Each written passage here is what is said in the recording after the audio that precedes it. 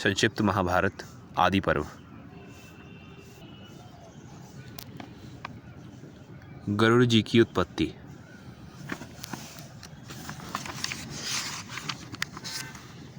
समय पूरा होने पर महातेजस्वी गरुड़ जी माता की सहायता के बिना ही अंडा फोड़कर उससे बाहर निकल आए। उनके तेज से दिशाएं प्रकाशित हो गईं।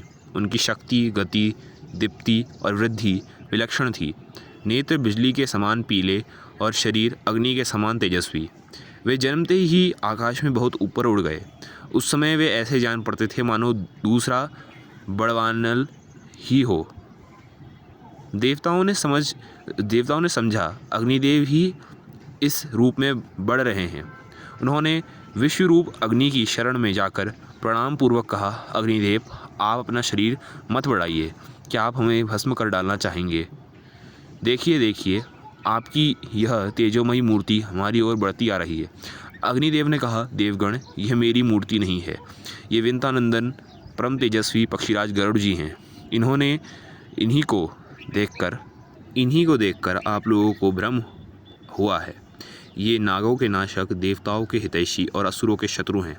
आप इनसे भयभीत ना हो। मेरे साथ चलकर इनसे मिल लें। अग्नि के साथ जाकर देवता और ऋषियों ने गरुड़ जी की स्तुति की। देवता और ऋषियों की स्तुति सुनकर गरुड़ जी ने कहा, मेरे भयंकर शरीर को देखकर जो लोग घबरा गए थे वह भयभीत ना हो। मैं अपने शरीर को छोटा और तेज को कम कर लेता हूँ। सब लोग प्रसन्नतापूर्वक लौट गए। एक दिन विनीत विंता अपने पुत्र के साथ बैठी हुई थी। कद्रू ने उसे बुलाकर कहा, मुझे समुद्र के भीतर नागों का एक दर्शनीय स्थान देखना है। वहाँ तू मुझे ले चल। अब विंता ने कद्रू को और गरुड़ जी ने माता की आज्ञा से सर्पों को अपने कंधों पर बैठाकर उड़ा लिया और उनके अभिष्ट स्थानों को वे चल पड़े। गरुड़ जी बहुत ऊपर सूर्य के निकट चल रहे थे। तीक्ष्ण गर्मी के कारण सर्प बेहोश हो गए। कद्रू ने इंद्र की प्रार्थना करके सारे आकाश को मेघमंडल से आच्छादित करा दिया। वर्षा हुई, सब सर्प सुखी हो गए।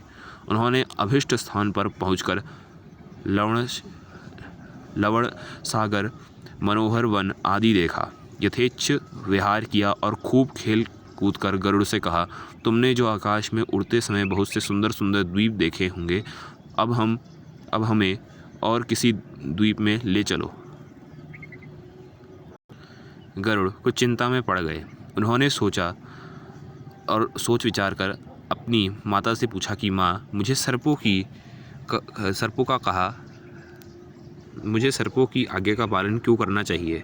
विंता ने कहा, बेटा, इन सर्पों के छल से मैं बाजी हार गई और दुर्भाग्यवश अपनी सौत कद्रू की दासी हो गई।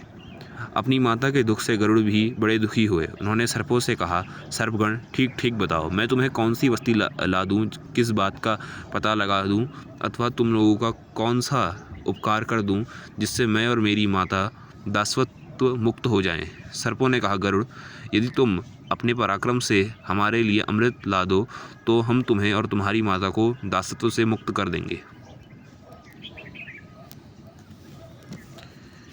यदि आपको मेरी यह वीडियो अच्छी लगी हो तो धन्यवाद। मेरे चैनल को सब्सक्राइब करें।